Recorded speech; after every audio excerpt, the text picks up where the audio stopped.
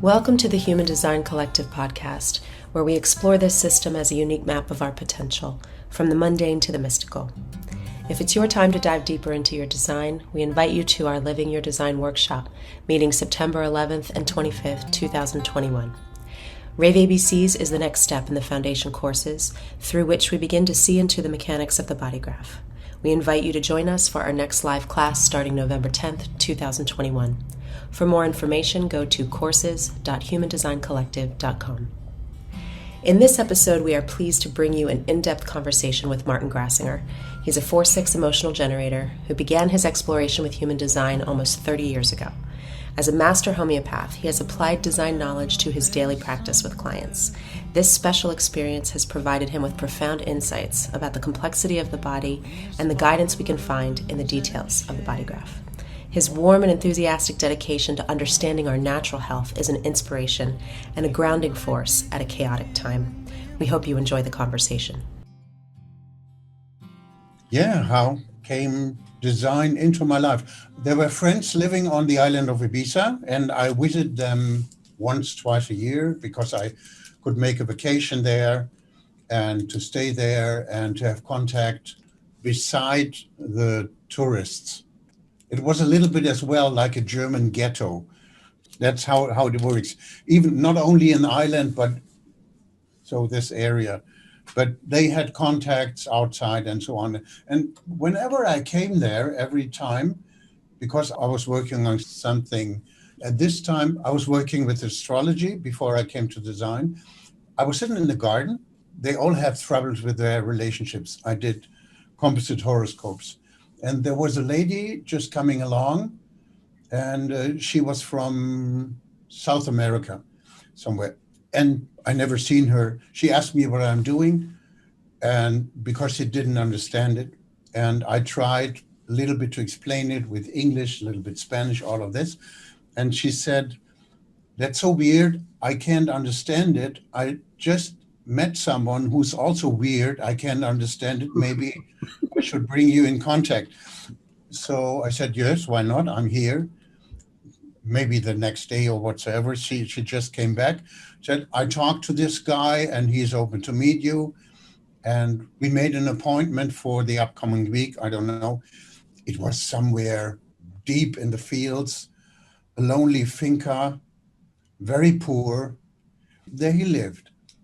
The first time we met, he told me a little about the human design system.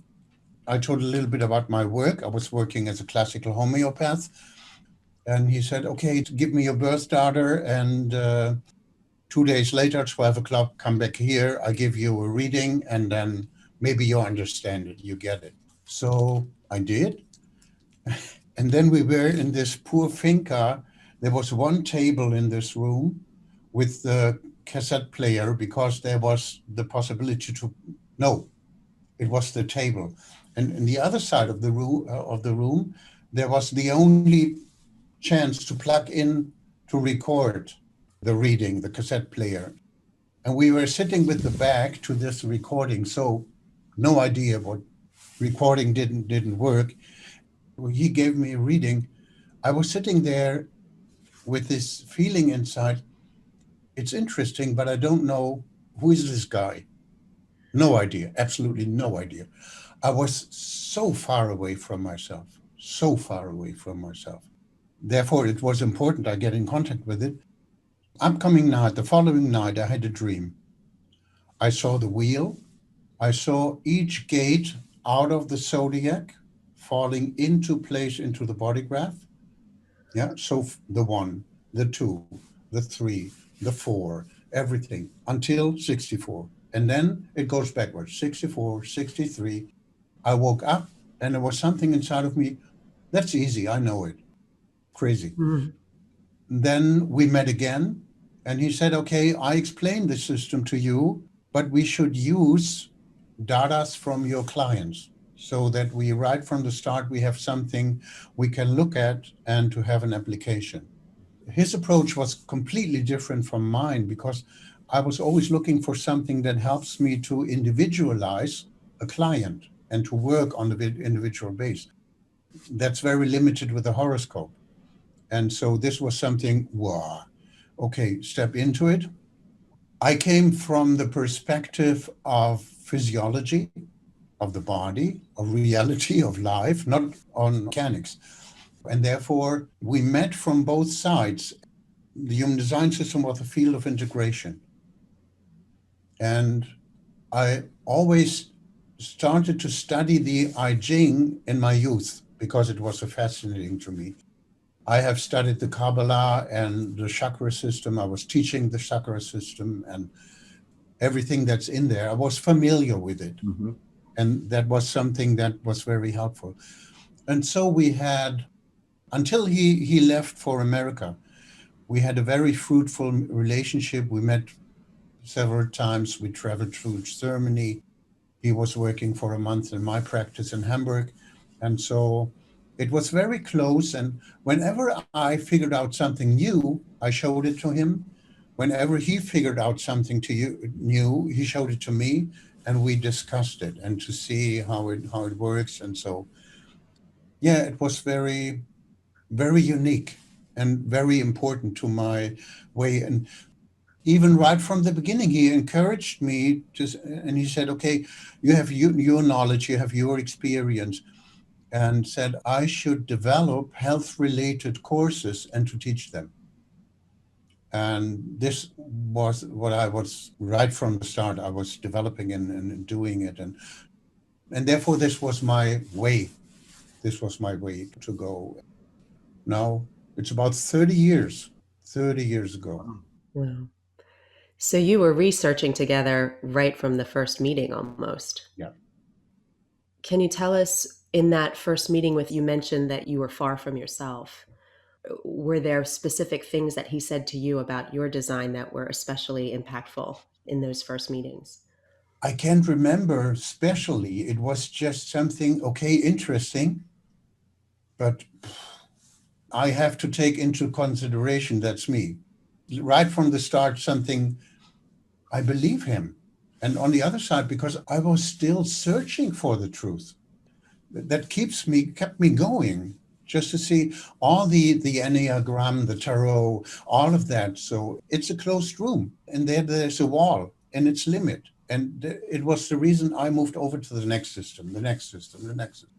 And now when I look back for 30 years, I never looked for another system.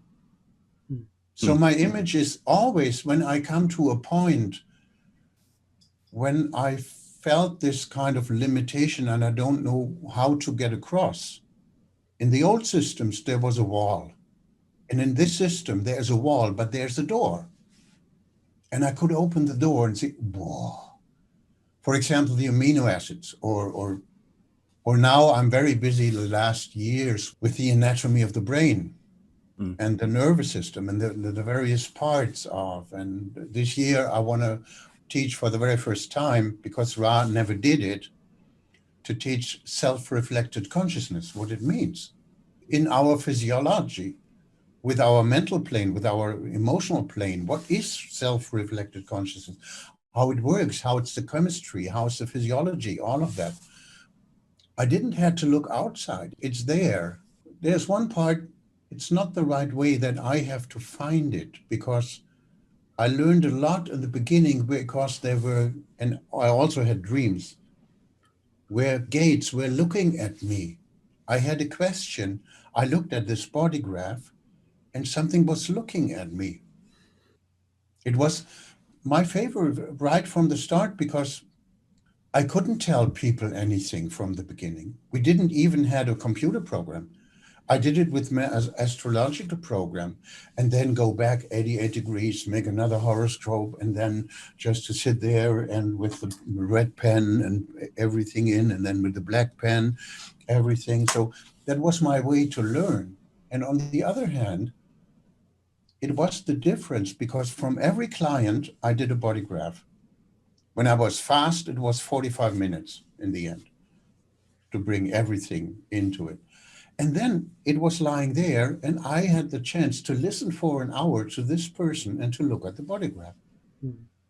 And still up to date, it's a way of learning something. So to get information and to see how it is. And when it came more often and it was looking at me, there was something, aha, maybe that's it. Maybe you should look at this and this. And then I had the chance doing the reading, just maybe in the end, may I ask you the question because I'm working on this. In your case, is it because I see this there? Is it like this way? And then the reaction was, how can you know? It always, until today, it proves me that this system is perfect just by experience. To have this chance to work with it and being on the cross of service, to be able to be of service with something that's of service to me.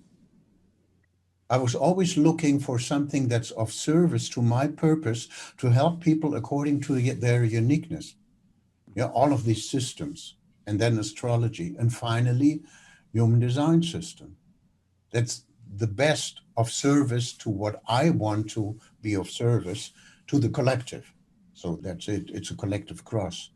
So, in that initial time when he suggested, hey, take this and go do some research on health or go develop some teaching on health, where did you start? I start in the energy formats because I was trained or educated 12 years by an old lady. She was a neurologist, a doctor. She educated me privately 12 years in classical homeopathy. And according to classical homeopathy, to the founder, Samuel Hahnemann, there are three, he called it miasms. So which three basic forces of all the illness we know. And then I looked at this body graph and I see three energy formats.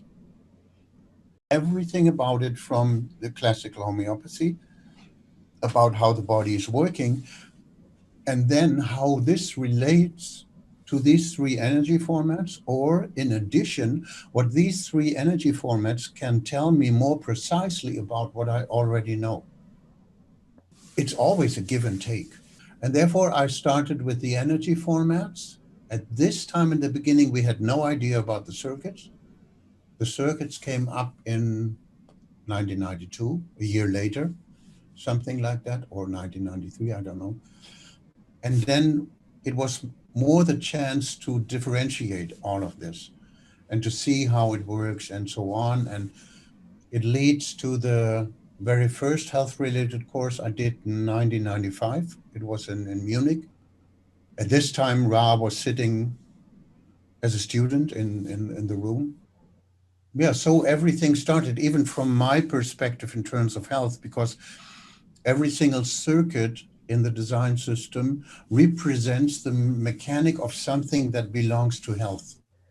So the therapist, every disease, healing, medication application, being healthy or not, and all of that. So, and this was something very fascinating to me, that the mechanic of it is just precisely, the description is in there. That was the way. The second part was, I call it the planetary key. So this is not the perspective of planets coming from astrology. This is a perspective of planets coming out of the human design system. And this gives, even in psychology, a wider perspective, because many people said, okay, the planning center is the immune system.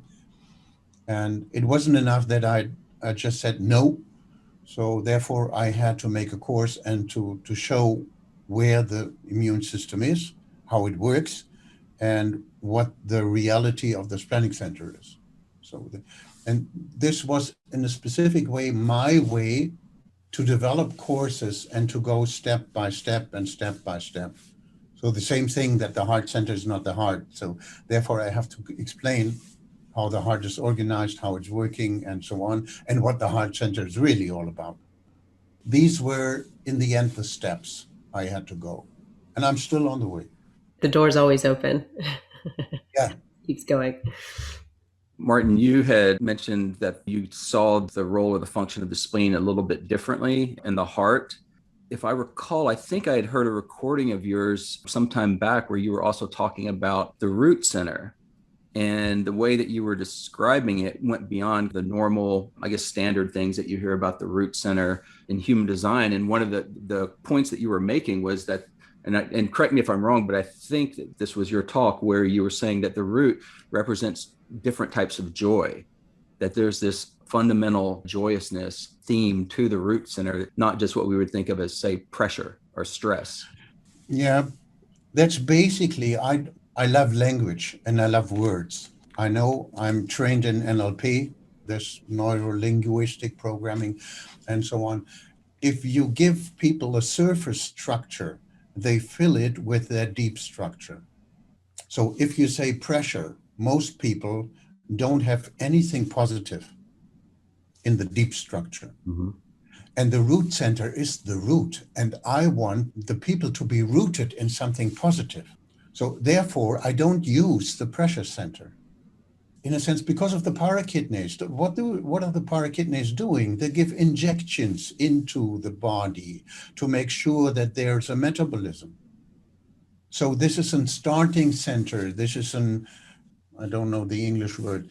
Yeah, in this way, because even if we are sitting here, the root center is injection. The parakidneys are injection. Otherwise, we would drop dead. So it had to be, even when we are asleep. We have to move through the processes, beginnings, middles, and ends, beginnings, middles, and ends, and so on. That's something deeply, deeply positive.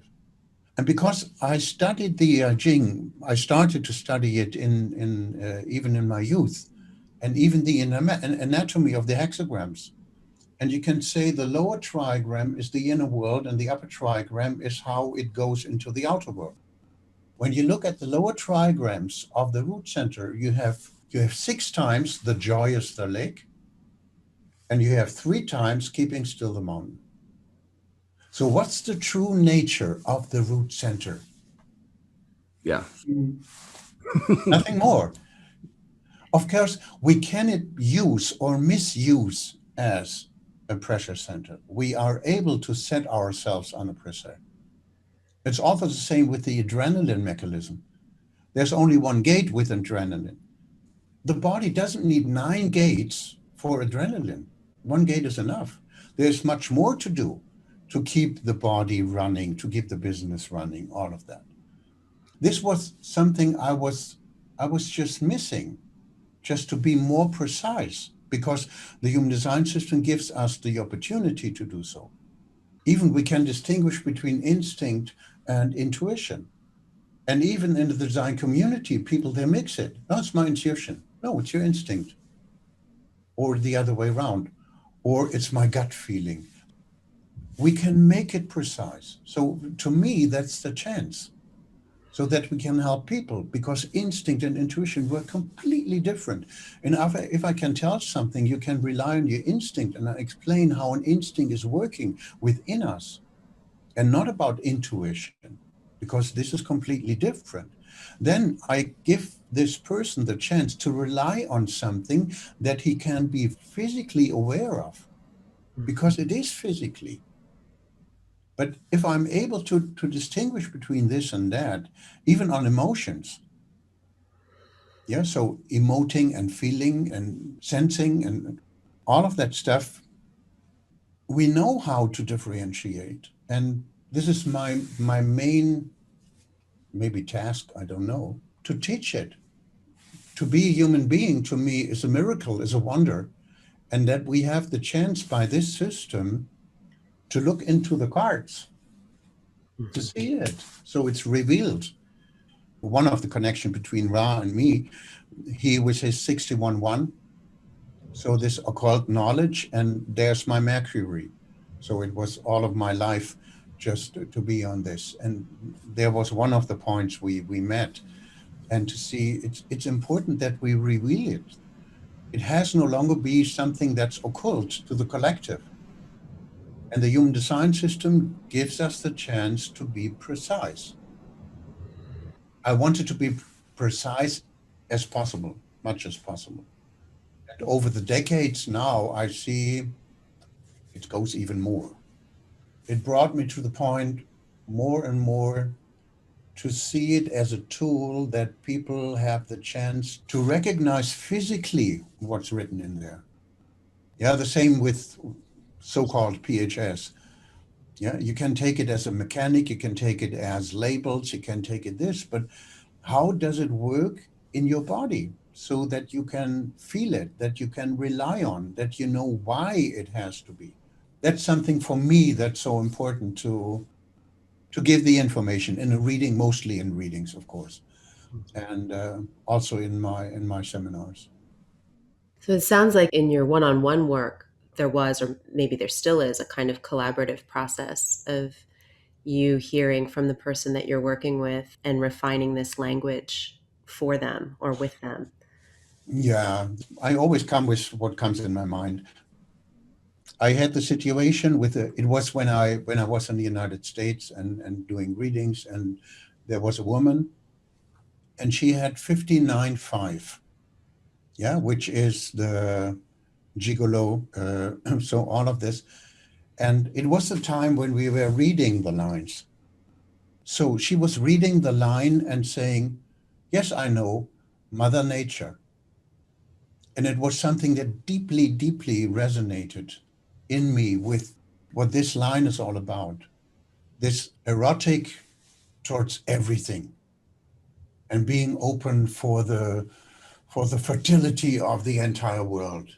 There are several things that I learned from people, how they experiences for them and how they name it. And so this is just an additional name in a sense to it. It's not a one-way street. Maybe it's my definition, 659. So this is, yeah, this is the umbilical cord, and the umbilical cord is always both sides. I really love what you're saying about the precision and being specific. The example that you gave of instinct versus intuition, that's something that I've been kind of looking at as well. Love to hear if you could share your understanding of the difference of that, because that's something I hear a lot from people where they're talking about their gut or they're talking about their intuition, their instinct, and it all tends to get blended together. Instinct requires a memory database. So instinct is something that is not only out of this incarnation. The BodyGraph is the body, yeah, because that's the material world, and we have to support it to make sure that it works. We have to fulfill the demands. We have to see how to work with it, and so on. And therefore, there's a memory database in the body. The example I always give is maybe you're in the skyscraper on floor number 350, and you go to the window, and there are some people that say, no. Yeah. And other people that say, hey, great. Or on the Grand Canyon, there's one, so when you can walk on glass. If you can do this or not physically, that's in your memory database. Because maybe there is nothing in your incarnation now that you just compare this situation with something, maybe be negative or this or that. It's just there. So this is the way how you work with your physiology, with your body, and to see, oh no, no. And there are basics inside of us, wild animals, fire, whatsoever, so that we just by instinct know not to do it. And this, to smell a rat also, because some people, they just have it and other people don't. Mm-hmm. And you know, when you look at the BodyGraph, the ego circuit, it's nothing with the mind. If you know something instinctively, you know it. Yeah, maybe on the stocks exchange, and you know you should do it or you don't do it. So that's just something. Explain it to me. I can't. Yeah, if it comes out of the instinct, basically on the right side of the ego circuit, if there's something unconscious, this is something deep, deep, deep from former generations, and you still have it inside of you. This is something I integrate in my work, and this is something I experienced over the time that I'm able to help people to deal with it, because you cannot escape it. It is the way it is. And then to say, okay, you are embodying it. It's your chemistry. Yeah, it comes out of the parakidneys. This is something that requires a memory database. And if you make an experience, it will be stored in your memory database. Maybe you ignore that when you boil the water and you touch it, you make the experience, and then instinctively the next time, if it's similar like that, you go away with your hand. Yeah, so this is something that's enriching your memory database in terms of instinct. But there are also a lot of things inside of us. As humans, we don't have to learn it. We already know it. Our body knows it.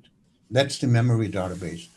And intuition is something inside of you gives you an insight you have never had before in your entire life. In this way, it was shown to you right now, and then it's gone. Because intuition is knowing circuit, yeah? A knowing circuit is the moment. It's a circuit of the moment. And the next moment, the moment before, is past. And so therefore, that's different. For example, when you look at 32 6 line, 28 6 line, both 6 lines and the only lines where self-destruction is mentioned. 32 6 is a self-destruction by habits over a long time. Yeah, maybe for decades you smoke the cigarettes and then you have lung cancer. So that's the possibility. But you do it according to the 6 line because it gives you inner peace and quietness and it's great and so on. So 28 6, these are in a sense, these people as a possibility, they commit suicide just in an instant because of a situation. Because in this very moment, life doesn't make sense. And sometimes before you kill me, I kill myself. So what to do? To explain it in a sense how it works and why it's so difficult to work with people, what my task as a therapist is as well, just to help people to change their habits because they do a lot of things instinctively without thinking about it. Yeah, it happens. So cigarette or a glass of wine in the evening. And after decades, they have the liver is not able to work with it anymore. There are a lot of examples. So to make it complete, most people I know, for example, with 32 6, they know exactly what may kill them and they keep away from it. Yeah, it doesn't mean that they will do and finally they will die or whatsoever. No. Therefore, the design system is describing principles of life and how they work, what they can be. That's the way I use it, like a toolbox. And also basically to get a deeper understanding of life. And even for me, it helps me to understand a lot out of my biography. And I'm constantly learning and I had to, because I was so far away from myself. It took me, I would say, between 2 and 3 cycles of 7 years to integrate it in the end. Yeah. And not being forced to think about. So that's just something that's automatically inside of me. I think this was necessary because I had to be in touch with it constantly and to see how it works when it doesn't work. Therefore, to me, it was not something just mentally, yeah, because the system is for the mind. So according to the voice, so it is meant for the mind, but we're living in bodies and the mind is not meant to be the inner authority. But of course, it was to 100% until I met design. Because I have a defined solar plex, I have a defined splenic, but both gates are unconscious. So I wasn't even aware what this is all about and about my emotions. I'm emotional, crazy. So yeah, I was constantly avoiding my emotions by being in the mind. Yeah, my unconscious earth is in its 17th gate. So that's the body physically. And I remember I was always telling people, yes, I have roots in heaven. So that's the unconscious earth. But I was just ignoring the rest. And this was out of the root, and this was existential. And it gave me the chance to learn a lot. But in the end, it didn't help me in life. So in real life, in teaching and all of this, or what I constantly did, other topics as well. So I think brilliant. So, but private? So, can you say more about the process of coming more into yourself through the emotional experience? By pain. By pain. In a sense, meeting people who are confronting me with my emotions and being in a relationship. And when I look back, I was always constantly in relationships where the woman has the 59.6 as well, the definition, always. And this was something that helps, because 59.6, by the way, is the definition. You have to work on yourself as long as you live. And you need time and space for yourself, with yourself, every day. Not with other people, but also with yourself and for yourself. Because you cannot escape yourself. And you have to digest on it. So the first intimacy has to be, according to this definition, has to be with yourself. And if you are not intimate with yourself and honest and truly and everything that's there, how can you ever be honest and truly intimate with someone else? That's something I was forced to work on it. I'm still in this process. Fertility in this way never stops. Yeah, because of course it has the genetic imperative, but that's not what it's for, basically. That's a byproduct. I know a lot of people with this definition, they don't have children, but they have to confront themselves. And they have to work on themselves. That's quite a job. Mm-hmm. If you make it, if you don't avoid it. So Yeah. It seems fascinating to me to just hear how much it sounds like you've synthesized and you've been able to learn and absorb and teach and develop through the mind. But also, like you're saying, you have these definitions that are so deeply wired in the body. Can you say more about your experience of your kind of definition, both with the splenic sense and with the emotional experience? due to astrology, my ascendant is twins. Yeah, so there's this one head is looking this way, the other head is looking that way. So this schizophrenia, that's something I know. I learned something about the advantage of split, because I have the capacity to just be on both of my sons, 58-18, so judgment, 70% with this, without any emotion. Yeah, this is about facts. This is about bum, bum, bum, bum, bum, bum, bum, that. And I can also just keep it away outside and jump on this capacity of building a fertile relationship emotionally to someone else, independent from this theoretical bullshit facts whatsoever. And therefore, it's something that helps me. Even maybe in teaching, when I was teaching live, so I hope it will come back, just to tell the facts. And then there's a very personal question. And then to jump over and to get in touch with it. To get into this exchange like the umbilical cord. To be fertile and hopefully to get something that's fertile to me.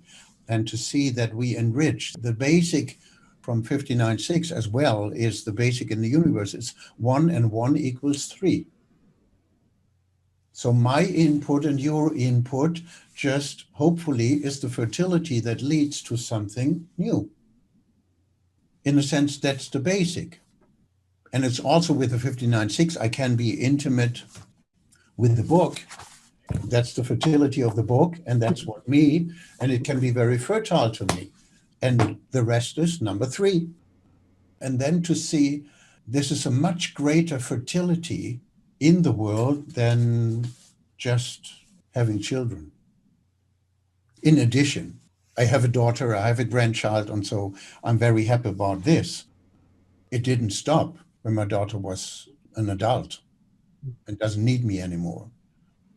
This is something that helps me, and I know that as long as I live, I experience fertility in contact with the world. The way you're describing the 59.6 and the way you seem to embody it, I'm taking it in a way that I can feel it in a more specific way than I probably have ever felt before. So it's really interesting to be on the receiving end of it. Yeah. Yeah. On the other hand, it's in your design as well. Yeah. There are so many people that said, I don't have it. I said, you have it. Take a look, you have it. It's not something that's limited to a specific aspect. When you break it down, every gate to color, tone, base, you have more than 1,000 variations for every single hexagram. So, and according to my activation, I'm limited to one of more than 1,000, and you are open to more than 1,000. Yes. I'm limited. You are open. You have it as well. So don't take it as a lack of. So just to see everybody's complete, but there's something inside of you, according to your uniqueness, that's most important for yourself and for the world. And this is something you have to live out. But you also have to have an intimate relationship to yourself. Like for me, limited to my activations due to the planet, due to the line, due to the part of the hexagram, lower, upper, whatsoever. So I have to face it that way, even if I don't like it sometimes. Yeah. It's not always fun. Well, like you said, it's through pain as well. Because that's my incarnation. Because of everything that hurts takes place in an intimate relationship. Otherwise, you have a distance. Yeah. So everything that hurted me was something that happens in a very intimate relationship. Of course, because of myself, I want to melt with the other side. Yeah, this is the 59.6. So then I had to suffer the consequences. So whenever I stepped in another relationship, it was again intimate. So my wounds, my buttons that can be pushed, and activating a program inside of me which wasn't really nice, was always possible in every relationship that comes close to me. But I have to learn it's my button, it's my program. I was given the chance to confront it once again, to see where it belongs to, what does it mean, and to solve it in a sense. And of course, I can always say, no, I don't want. It's your fault. It's because you, like my father, all of that stuff. So the universe is generous. So the next person, poof. It was also something Ra said to me, because I only have the 6th gate. And he said the 6th gate in a specific way doesn't belong to the emotional system. It's the source of all the waves which are there. But it's more something that it's standing outside. Because when you look at the zodiac, you have the 6 gates of the streams you have in the first quarter of incarnation. And the 6th gate is in the 3rd, which is duality. So it's completely different. And therefore, it's also, how do you relate to yourself? That's the first duality. And based off your relationship to yourself, how do you relate to the world, to someone else? If this is with yourself something that doesn't work, how should it work with someone else? Yeah, by this I learned everything I know today, until today, out of these experience, working with clients, studying books. Martin, you had mentioned the substructure a moment ago and the uniqueness found there. At what point in your process and your work with human design did PHS and the substructure enter in? It was something in 2000. Ra came up with a substructure. We had our discussions and he started to teach it. And it started with color. After a short period of time, he came up with the PHS. We had several fights with each other. But how could an open ego win against a defined ego? So we also had it with the PHS because he said personal health system strategy whatsoever. And I said, Ra, this is not the primary health system. The primary health system is the immune system. Mm-hmm. Let's call it the personal nutrition strategy, something like that. But he was so excited about his, I found out something has a relationship to health and it's the primary thing I found out, therefore I call it this and this and that. And so in our several fights we had, I know exactly when I didn't have a chance. So, okay, it was the way it is. It's hard for me today because I was traveling around the world, and even now with Corona and all my discussions with this, because people think because it's named to be the primary health system, if they follow this strategy, they don't have to do anything else. Yeah, because primary health. I met too many analysts which are fulfilling everything they know from their design, but they are not healthy. This was something what I like, that I just leave with questions. I want to find answers. How can it be? Why not? This and this and that. And so this came to this point that I was teaching the PHS strategy because in the end, you know something about circumstances. You don't know what to eat. And this is much more important. That's the reason I developed this rave biology. So to see how your personal digestive system is working. And this is something that helps to individualize your PHS strategy.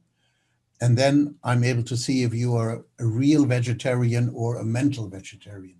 Just to give people the information. What they do, that's totally up to them. And then if it's possible to add the blood type diet, all of that stuff, because I want to give my clients the best information they have. What they are doing out of this information, that's up to them. But basically to do this. But it was fascinating to step into the tones, into the sensory system. It helped me as well. I'm taste according to tone. These are the mouth breathers. And I know when I was a child, constantly my dad just, close your mouth, shut you look like an idiot. I didn't know, they didn't know. So it was something that says, yes, that's the way how it works. The other thing with the second tone, and this is also something I teach, if you have the second tone, you have to chew what you have in your mouth as long as possible. Then it gets alkaline. It has a reflex on your pancreas, how the small intestines are working, and so on. If you do so with this, so you help your system, and you will experience that you don't have to eat that much. Because if you enjoy the taste, or you can only enjoy the taste, and you swallow immediately. So you have only a short time the joy. You want it again. So you eat that much. And then to see how the physiology, how the interaction with these glands and the pancreas is working, what it means for your digestive system, and so on. And then basically, if you are emotional defined, because this is the core of the digestive system, so what it means to a person with this, coming from the PHS strategy, but then to step into the individuality and to see how, if you put all of this together, how it can be a physical experience to the person, not a mental concept. You have to, I should. Yeah, so, but to see, yes, that's true. I feel the difference. And therefore, it's a body graph, but as the voice was saying, hey, the map is not the territory. Yeah, so the body graph is not the body. It was my approach, therefore, even right from the start, because when I came to design, my approach was physically, what was out of the physiology, the chemistry, all of that stuff. I want to know more than I already know.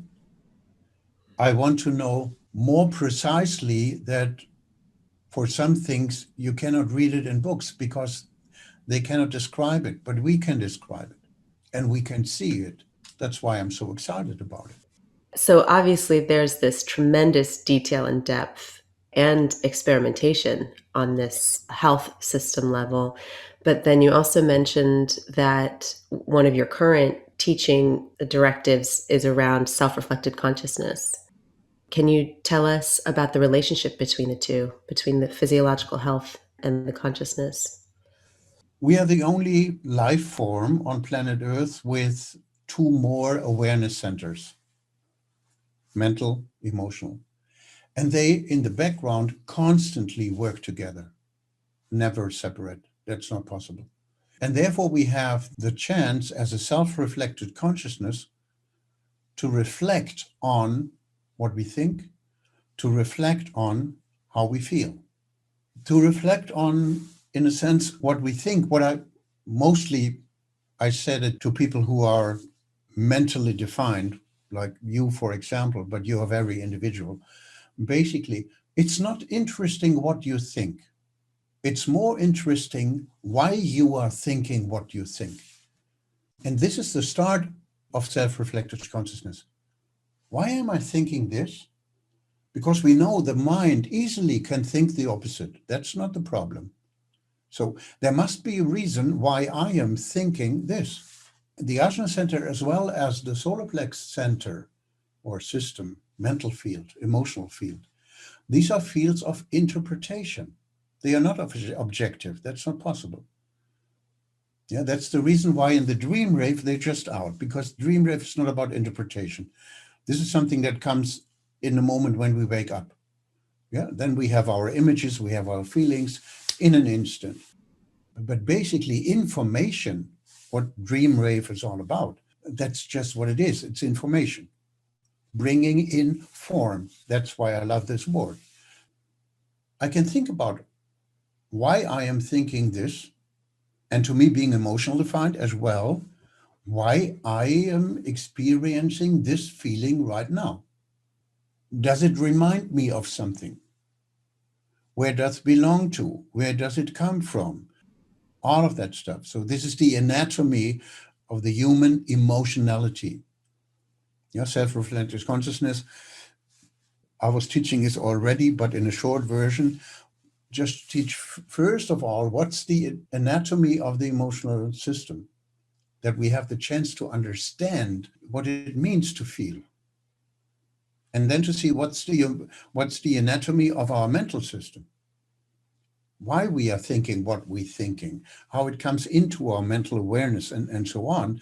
And then in the end, how these two fields constantly interacting, because this is what they do even in our brain. And then to see, if you have a bad feeling, try to have a good thought at the same time. Doesn't work. If you have a good feeling, try to have a bad thought at the same time. It's difficult. Yeah, so they have specific ways how they work together. And this is something that happens in the background. It's totally independent from the chart. In the chart, you can see where you have preferences according to this, where it's more specified in your way of thinking and feeling and all of that stuff. So this is something that makes sense. But being human, when you would look at the blank body graph, this is how a human being normally is functioning. Everything is there. And that's the reason I always have this. So when you look, that's me. What about this? That's the rest. Mm-hmm. That's me as well. I'm sorry. So it's the same sheet. It's only something different. To see that we have the chance to learn how we are dealing with our life according to our uniqueness. But in the background, what it means to be a human being, that's always the same to all of us. Yeah, even with an empty root, your para-kidneys are working, you can be sure. Yeah. Is it reliable? Therefore, I love this word definition, because if you have the profile, this is the character, the definition, these are the characteristics. So the center is working in a specifically defined way. And this is reliable. You don't have to do anything for it. You can take advantage of it. And it's something that guides you. And so this is something we can help. The rest is open. So I have no control what's happening here. I only can say, okay, sometimes I need to be alone. This thing, don't disturb me, I'm disturbed enough. So I can relate to that one. yeah.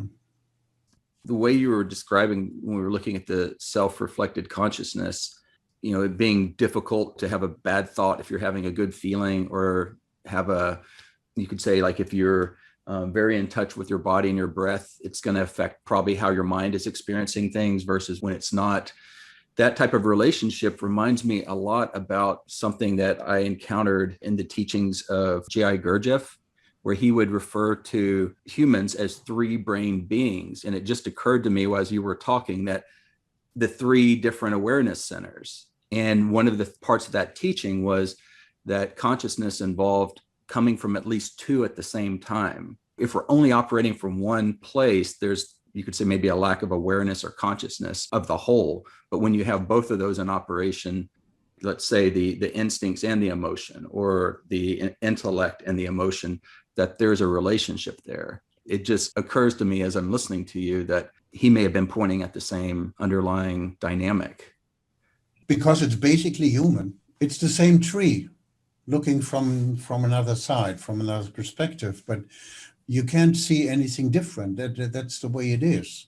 Mm-hmm. And so therefore, all of these people, these books, they are very helpful to get a deeper understanding and to see how things work. Because again, the map is not the territory. We are living in bodies. We have to take care of them. And the body is the tool for consciousness. The same way as when you look at the design of forms and you see the single cell, only two centers, 515.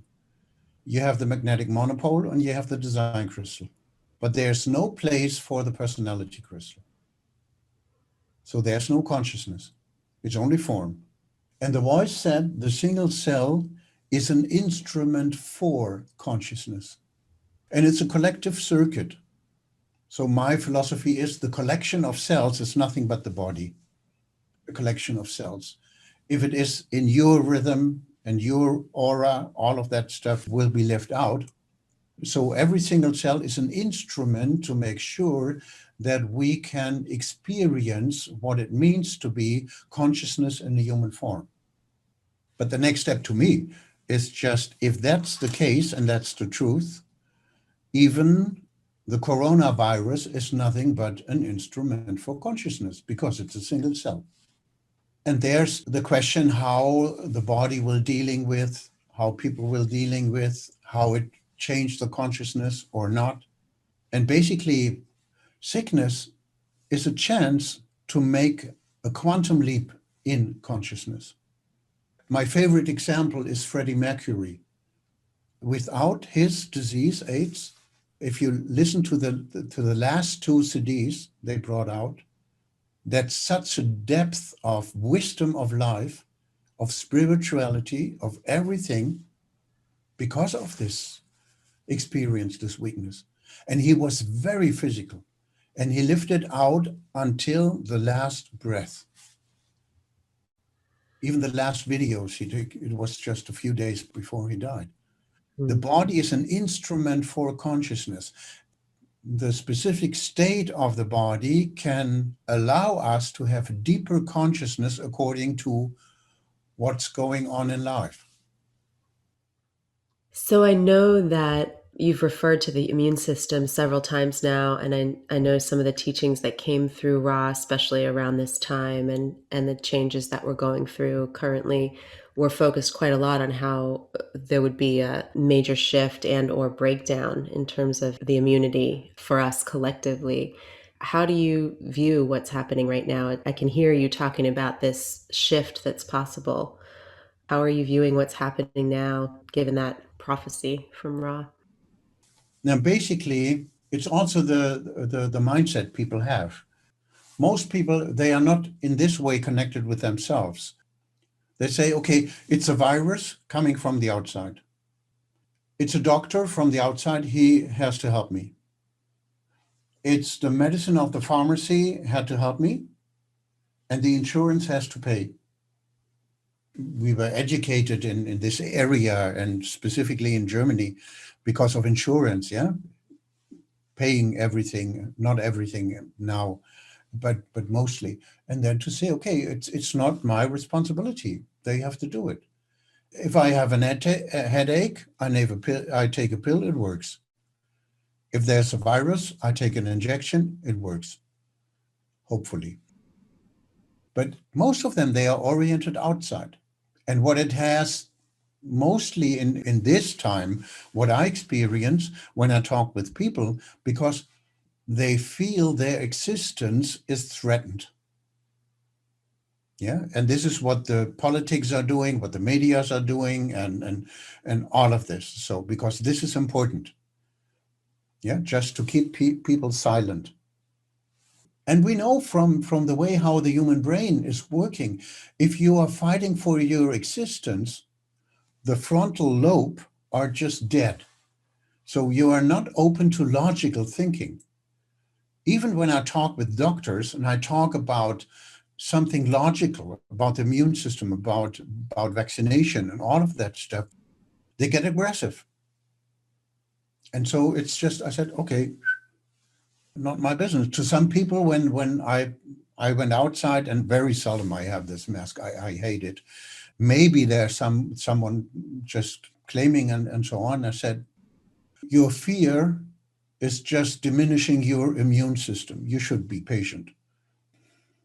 Basically, it's easier for the people. Just a vaccination, nothing can happen to me, and I don't have to pay for it. Isn't it great?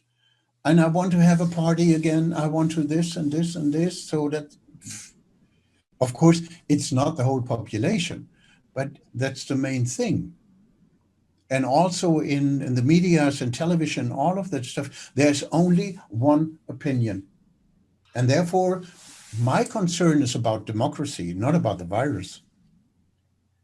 Because we stopped discussion of specific points of view and to see what for the collective could be the best.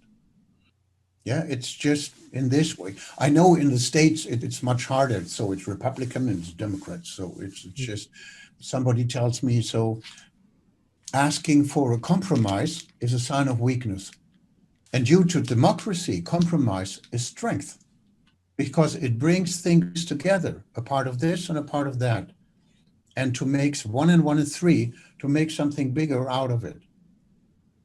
And here now we are just straight on this way. You are right. If you are different, you are wrong. And discussion, no. I assume it will come when we will have to confront the first consequences of the vaccinations. Mm-hmm. And we already have it. So many people with chronic fatigue syndrome, problems with their sensory system. Yeah. And now when they start to vaccinate children, and why their brain is just in the process of developing, and then they get into the chronic fatigue syndrome, diminishing their sensory system. So I hope it will not come to this point, but the tendency is there.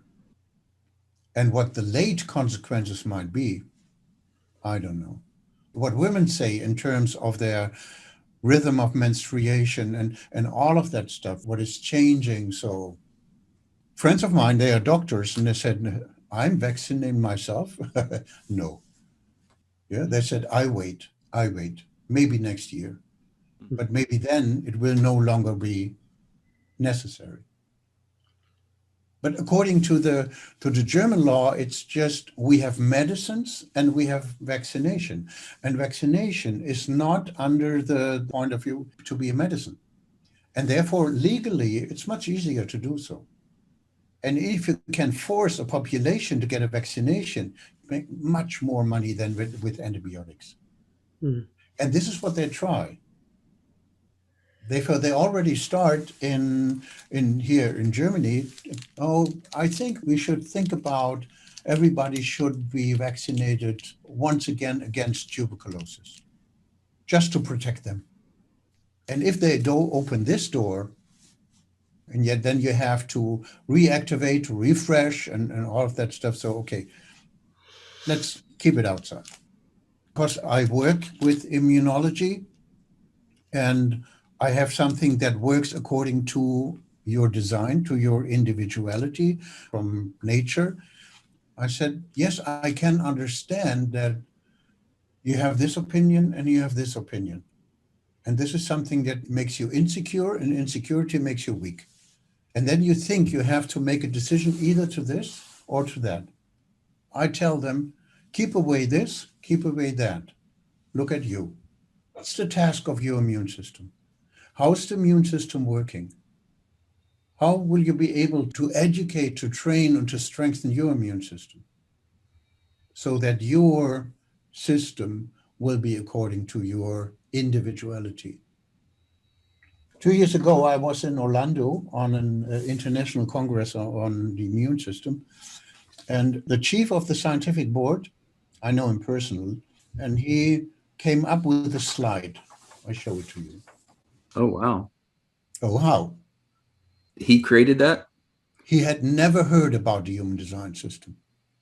And he explained in detail how the immune system is recognizing self, non-self recognition, activating the response to it, and remembering everything. And this remembering is immunity. You can gain immunity independent from the name of the virus. I said, like a sniper, if the sniper is trained and to identify it, the sniper is not interested. What's the name? Just to see, okay, the enemy. And if you don't have the snipers, and if your snipers are not trained, it doesn't work. Or if they are not able to identify the threat being the threat, it can be that it's just fighting against yourself. And then you end up with an autoimmune disease. This is the mechanic in the inside. This is in practice how I work with people and what my daily work with clients and so on is, just to see how to help them to strengthen their self, to make the immune system intelligent enough to be able to distinguish between self, non-self, and then out of the strength of the self, just to kill the non-self. Yeah, even heavy metals are non-self, sorry. Yeah, so a lot of things our body has not identified or learned to deal with. And then we have it in our tissues, we have it in the liver or somewhere else. This is how I started. And it was also my interest for astrology, because we are all different. And vaccination, it's against differentiation. It's just homogenization with all of this. And even the vaccinations against all of these child disease. There was a doctor here in Germany, he said, that's the reason why we have so many children in bodies of adults. Because they didn't have their child diseases. They didn't have the chance by this disease to make a step, to make a loop, to get across. A child which has the chance to get measles, to be support it in the way it should be, in a natural way. So afterwards, it's a different child. Mhm. I had it with my daughter, completely different. And we take away chances from people.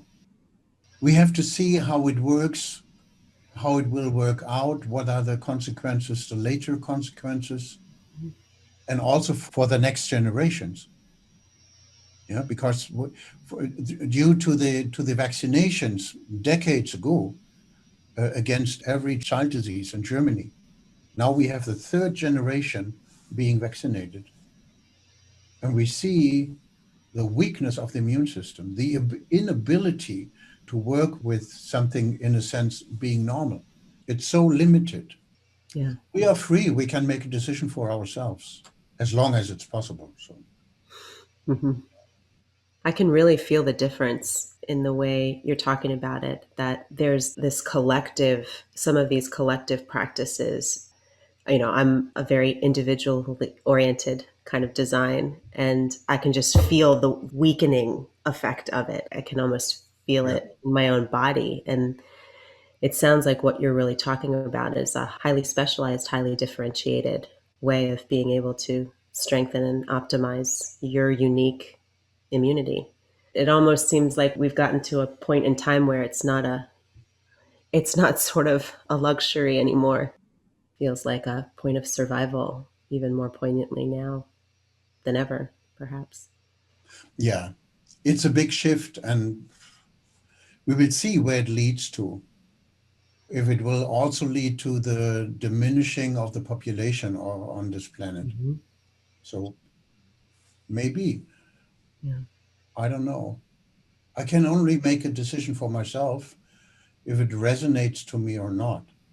When people ask me, I said, because out of design, the ego circuit is the body, and that's not about the mind. It has nothing to do with it.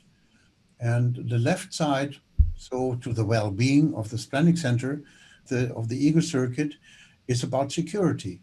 So there's the question, do you feel secure? And people have to make a decision according to their security. If they feel secure by vaccination, they should do it. If they feel secure by staying away from vaccination, they should stay away. So that's physically, that's not mentally.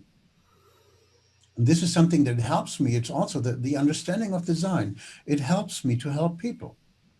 And not to say you shouldn't do this and that's wrong. And I give you all these arguments and all of that. No, no. I said, hey, physically. But this is one point I said, even by vaccination against child's diseases, because with classical homeopathy, it's really crazy. So the mother was just giving the vaccination or allowing giving the vaccination to the child. 2 days later, coming into my practice, I vaccinated my child. Can you do anything against it with homeopathy? And I said, why have you done this? And then after a while, because the doctor said, because they just threaten, yeah, it's your fault if your child would die because you didn't, and all of that stuff. So it's only fear, fear, fear. When there was a question, okay, I just asked you, should I vaccinate my child? And I said, what gives you security? Because if you are constantly insecure, dealing with your child, that's not good to your child. Security is a much higher value to this. So if the vaccination gives you the security which is important for your child, then your child has to be vaccinated. But then I say, you have to be clear, your child will be vaccinated against your fear, not against what happens to the child. Yeah, Mm. that is self-reflected consciousness. Mm-hmm. And to see, okay, you should think about this. Do you want to vaccinate your child against your fear or something different? And then to see if then the mother would say, yes, I do it, go ahead. That's not about morality. That's the physiology. Yeah. It's so interesting. Right before we got on the call with you, we were actually talking about incarnation cross and how, there's this question that we'll get sometimes, or we'll hear people talking about. It's sort of like you're born on your cross, and then Is it there from the beginning? Do you have access to it, all of your life? And something that's occurring to me now, just listening to you talk about the experiences we can go through in the body and how that develops our consciousness in a way that it feels related to me, to the incarnation cross, that yes, we come in with it, and yet there's all of this experience for us to have through our physical body for that cross to develop itself, to mature as whatever it is throughout our lifetime into the full form of whatever it's going to be. Is that how you see it? Yeah. How do you see Yeah. Ra once said the incarnation cross is like a costume and you have to grow into it. So that's the best description I have. it? So to fill it out in the end. What's the most fascinating part for me, of every incarnation cross is we know that every single gate belongs to a specific amino acid. So your cross is already in its chemistry active in your body constantly, constantly, constantly. And therefore, this is how resonance principle is working, because you're emitting this frequency, it's vibrating in you. And if there's a resonance you get in contact with, have a physical feeling, and say, yeah. I'm sure it was one of the reasons why the I Ching was so fascinating to me right from the start. In my youth, so my friends, they said, what's that? They had other things to look at and then on. And then it was astrology and tarot and enneagram and chakra and Kabbalah and all of that. Ra was telling it to me because in the mystical path, the 4 definitions, there's nothing inside in my chart. But the 2 suns in the judgment, the channel of judgment. And he said to me, you are here to judge all the collective systems if they are of service to the collective. It was in the beginning. And then he said to me, and now you have to do it with the design system. There's a funny thing. I have goosebumps. It was before we know about the crosses.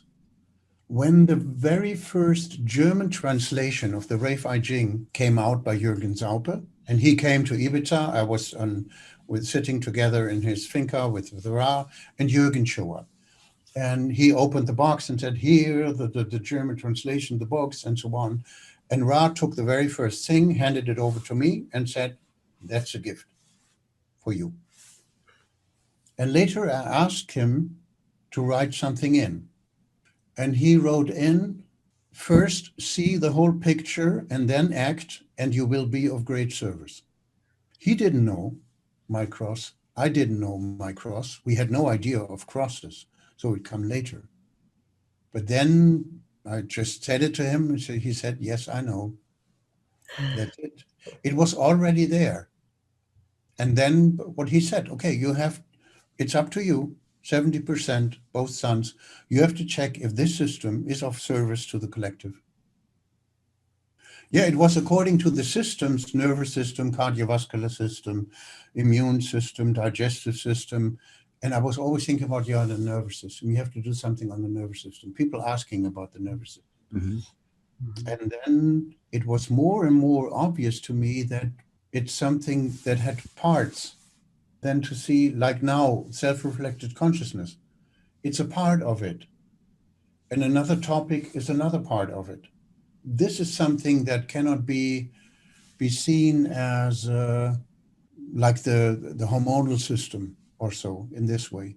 It's something more, because these are our antennas in the body to the outside. It's much more. And it has parts and it has fractals. And then I said, okay, I do it step by step, this aspect, this aspect, this aspect. And it brought me to the point to step deeper into the function of the brain.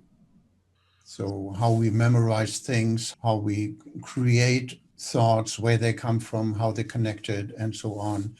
How does it relate to our emotional field in our brain? Not automatically in terms of our solar plex center, because that's something more. Yeah. For just give you one example, if you have the solar plex system In the middle, you have the diaphragm. And there you have the breathing. Yeah, what the diaphragm is doing like this. Mhm. So, and then above, you have, for example, the 63. The 63 is the same amino acid than 37, 22, 36. The moment you are doubting, your diaphragm gets stuck. Yeah, that's one of the mechanisms. Just, immediately. Yeah. Yeah, so it has an effect on how all of the things get, because here it says stop.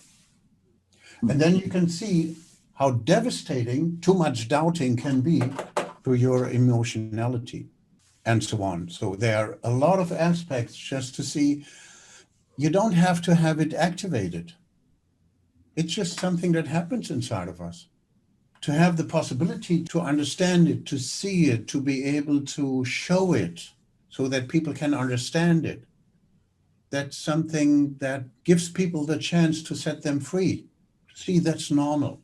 And if you understand this relationship with this, just to see, it's much better to be focused on your emotions than to doubting everything. Yeah, and then you see understanding circuit, sensing circuit, knowing circuit, tribal circuit, they work together. Life is not working in circuits the way we know. Every circuit describes all the gates which are obeying the same energetic basic law. Mhm. That's it. Over. Mm-hmm. And this gives us a chance to understand it much better and deeper.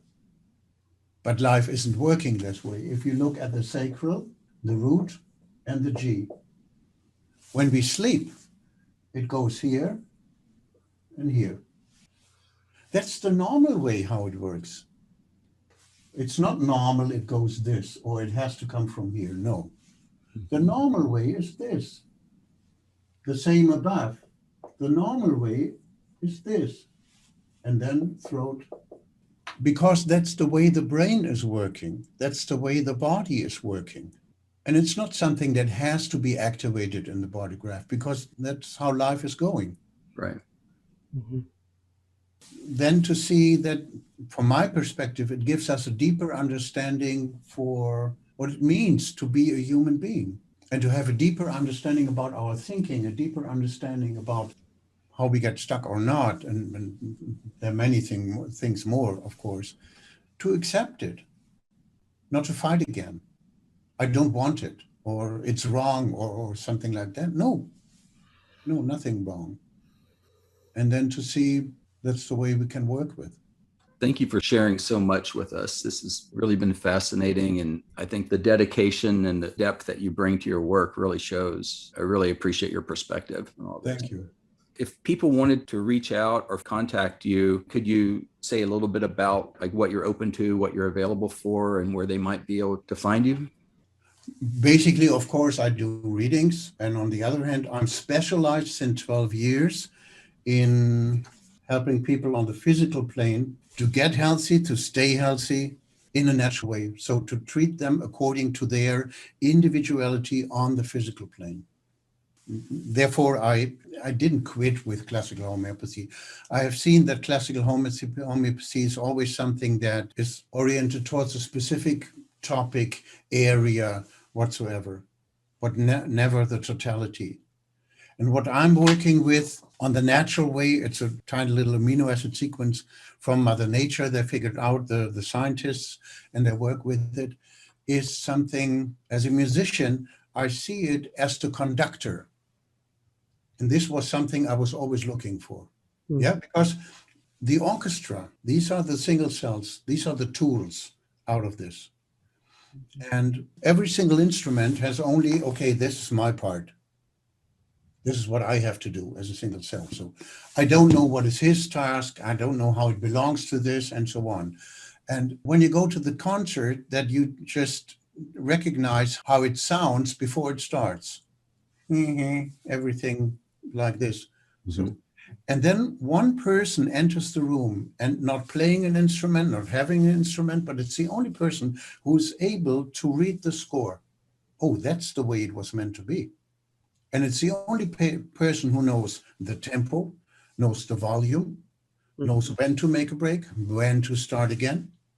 And now, most important, it's able at the same time to say to one part of the orchestra, step back a little bit, come on, get a little bit more. Whatever you take, even out of nature, either pushes your system or suppress something, but always in totality. And this is something that can make it like this. According to your personal needs, because you are different than I. And the conductor is able to do so. And this was changing my perspective, because when I was working with classical homeopathy with brilliant effects as well as something I didn't know why it didn't work, but afterwards now it does. To see if I take a mineral or a plant, even in a high potency, I'm always in a limited frequency. Every mineral, every plant, whatsoever. The conductor can say, okay, that's not the question of something more or less. This is regulation. This is what we have to do. And this is what the scientists figured out, that the three major components we already always had with our immune system was recognizing, responding, remembering. Yeah, immunity. So, and then how the immune system is working. By the way, it's the same way how the emotional system is working. It's the same way how the mental system is working. We remember something and we are reacting according to what we remember. You know, the facts I have learned, the emotional experience I have made. Yeah, this is coming out of this. If this is something that's weird, so our reaction will be weird every time. So we need a different experience so that we are able. And the scientists, they said, okay, there's something missing on top, regulation. Who's regulating this? And regulation needs intelligence. And intelligence is something that can be trained. And most immune systems of people, in order to distinguish between self and non-self, they are not very intelligent in regulation. And I experience people who are just on the physical plane, taking advantage of this capacity. They experience themselves and other people as well, much more often to say no, and they don't know even why. It's just physically, no, it's not me. Yeah, before it was, okay, yes, but all of this. If we have the strength within us and the self is as strong as possible and able to identify the non-self, which is quite a lot, and to know how to deal with it, it's a completely different quality of life. There to see how things are working, and since I'm working with both parts, I have the feeling I'm walking on two legs, because I have the intellectual knowledge mechanically. I have the physical ability to do something in physical reality. When they ask for, let's say, physical health whatsoever, so I know what to do, so I don't need the BodyGraph. But there are some situations where I say, first, please pass me your datas. I have to take a look at something. And the magic is when both comes together. That's the score. Yes. Yeah. So if the conductor in my body is reading the score and says, that's the way how it meant to be. No, that's not. And this has to be a little bit stronger, or it's too, hey, come on, get a little bit back. So now it's balanced, now it's fine. And this is something that in each of us, we're absolutely different. But the magic is that the same conductor, maybe yesterday he was conducting a symphony of Beethoven in the Elbphilharmonie, the new building we have. And maybe tomorrow he is in Melbourne and conducting a symphony of Mozart. And the next day, the same conductor is in New York and conducting whatsoever, a musical. The conductor is always the same, is standing outside, having the intelligence to read the score and to see, okay, that's the way it has to be brought into. And to me, as a musician, That's the holy instrument. And the soul has to play its song. And if this instrument isn't right, the song cannot be clear and cannot be right. So this is something that helps to clear the body, the physical world, to allow the song of the soul to be heard in its clearness using this instrument we call body. This is what I'm doing today and working with this internationally as well. It came to this point the same way as I came to design. I was missing something.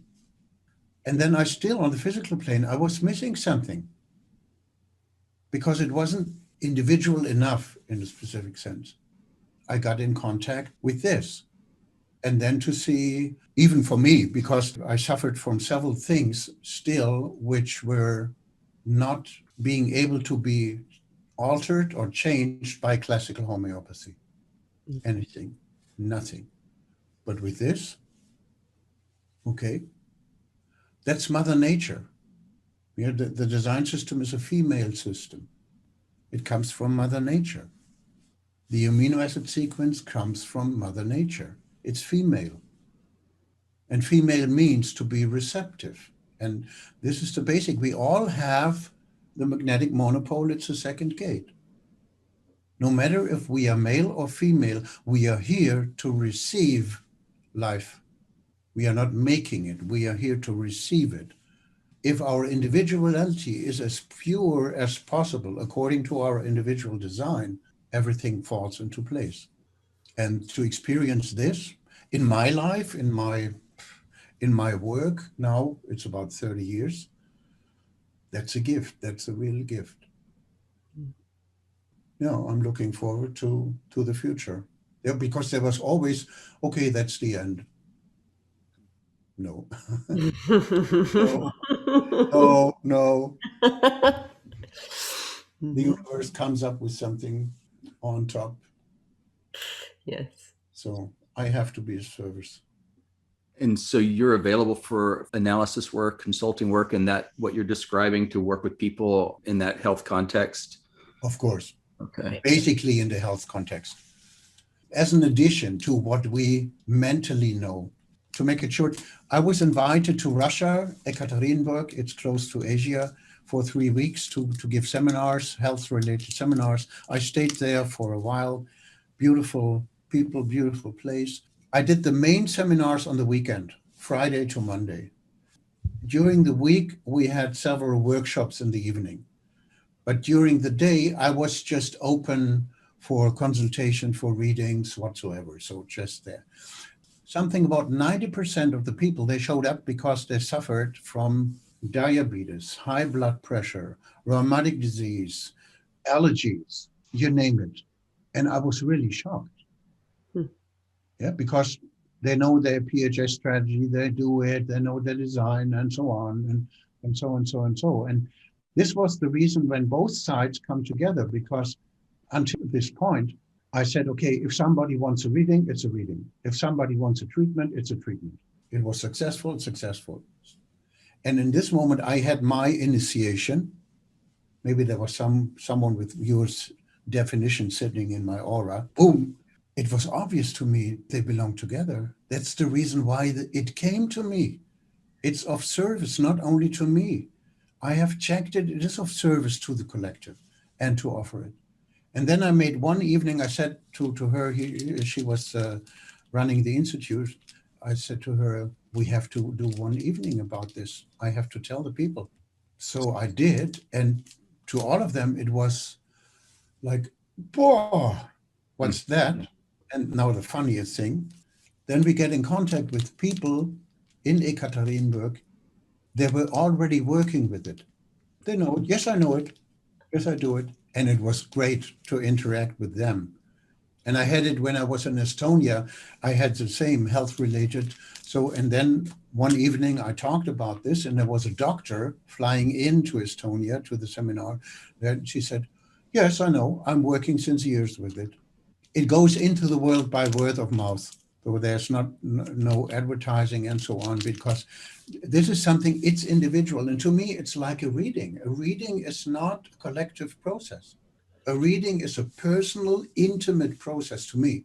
Mhm. And so therefore, if somebody has health concerns, and maybe most people I always had to deal with, they tried everything, it didn't work. And in the end, I should do it. Thank you very much. And to say, this requires time, patience, listening to it. It's an intimate process being oriented towards one's uniqueness and individuality. And then to see what the solution can be. Then I make my recommendations, and then people have all the information they need and they can make a decision. So that's the way it works. I feel specifically fulfilled.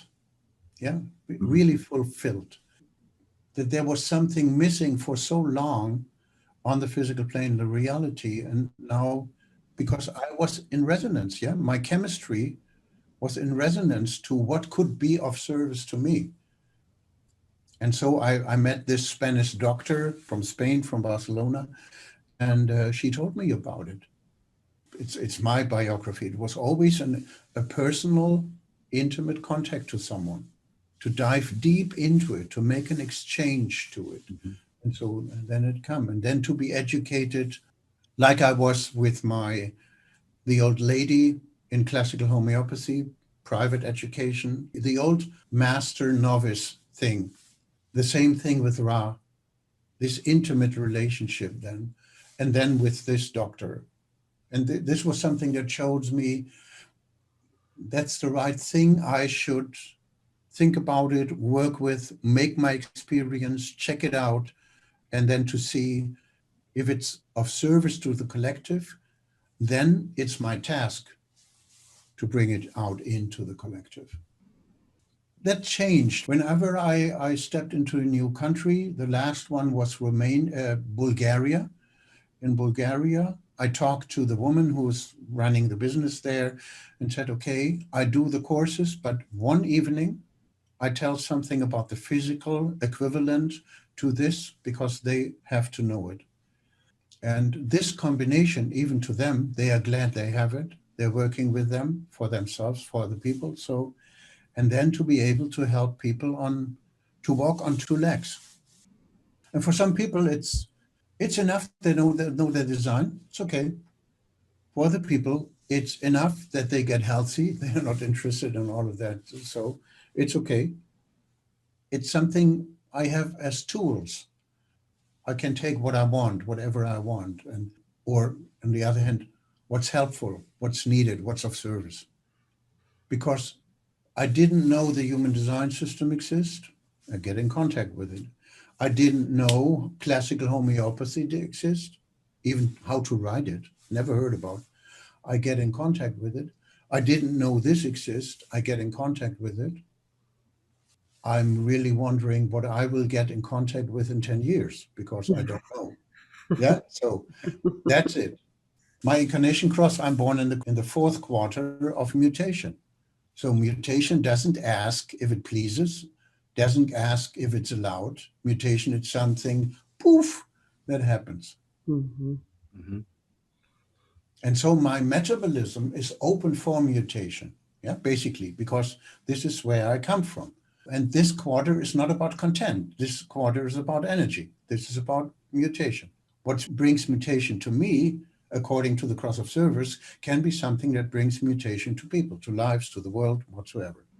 That's the thing. Because I feel this metabolism, I know why so often I just feel, and I could say, hey, right now, I'm really prepared for a mutation. Come on. And that's the reason when it never will work. So it's always, if you are not prepared, it's unpredictable. And therefore I said, okay, that's what Ra was always saying. If you want to make the gods laugh, tell them what you want to do. Yeah. And I know this. When I look at my life, I cannot avoid it. I have these thoughts. I would like to. It would be great. And it comes different. Relationships, where I live, all of that stuff, never planned. Always the other. I'm really feeling the mirror as you're talking between the two of you with, Sun in 58, Sun in 41. I really can feel both of those. Yeah. Never quite as we planned. Mhm. Beautiful and never ending. It is. We'll add your website to the show notes so people can find you, if that's okay. There's a big problem. The first thing is that my website didn't work anymore because it was running with the Adobe Flash Player. Oh, right. And they stopped it, so it was gone. So therefore, a friend of mine, he starts a new one, but unfortunately, first of all, it's completely in German. Oh, It's called Holistic Human Health. It was just when everything started, I said, I want to have this name because it's holistic human health. And I was really wondering, nobody wants to have it. And I stayed with it. For English speaking people, it's irritating because it's German. Maybe I have to do something on it in English because I cannot change everything in English. There's so much work in it. yeah. Yeah. I have description for every reading, about 4 sheets, 6 sheets. So everything. I have an audio so that they can hear my voice and to say, okay, it's something I would like to have a reading and so on. What I can do is to make an overview about what I offer and all of this. The simple thing is everybody can contact me. I have several email addresses. With an OpenG, I have a lot, of course. It's HDS, like Human Design System, .mg, like Martin Grassinger, at web.de. That's a simple thing. It would be great if somebody just contacts me to write into the line what it's all about, something with human design, because I have every day 300 spam mails. If I just move through and there's nothing that just in a sense points to me. But I would think about to do something in English as well. Well, we'll at least list that. I think people are going to be really excited to hear what you have to say. And it's obviously something people are really in need of. And there are already seminars of mine, which I did with Zoom the last 2 years.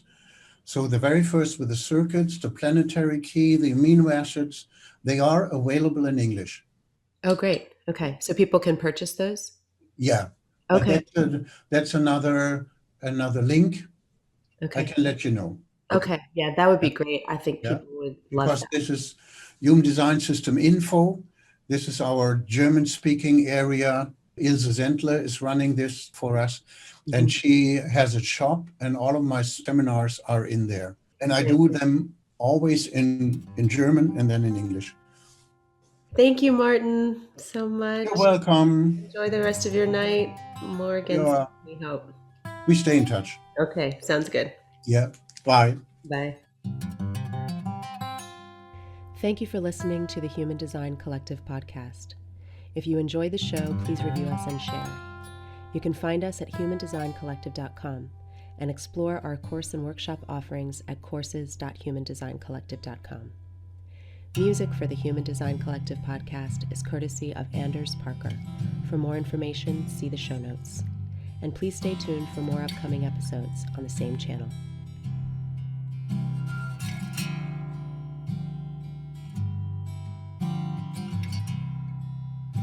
I know you're out there somewhere, the queen of sparklers and shade.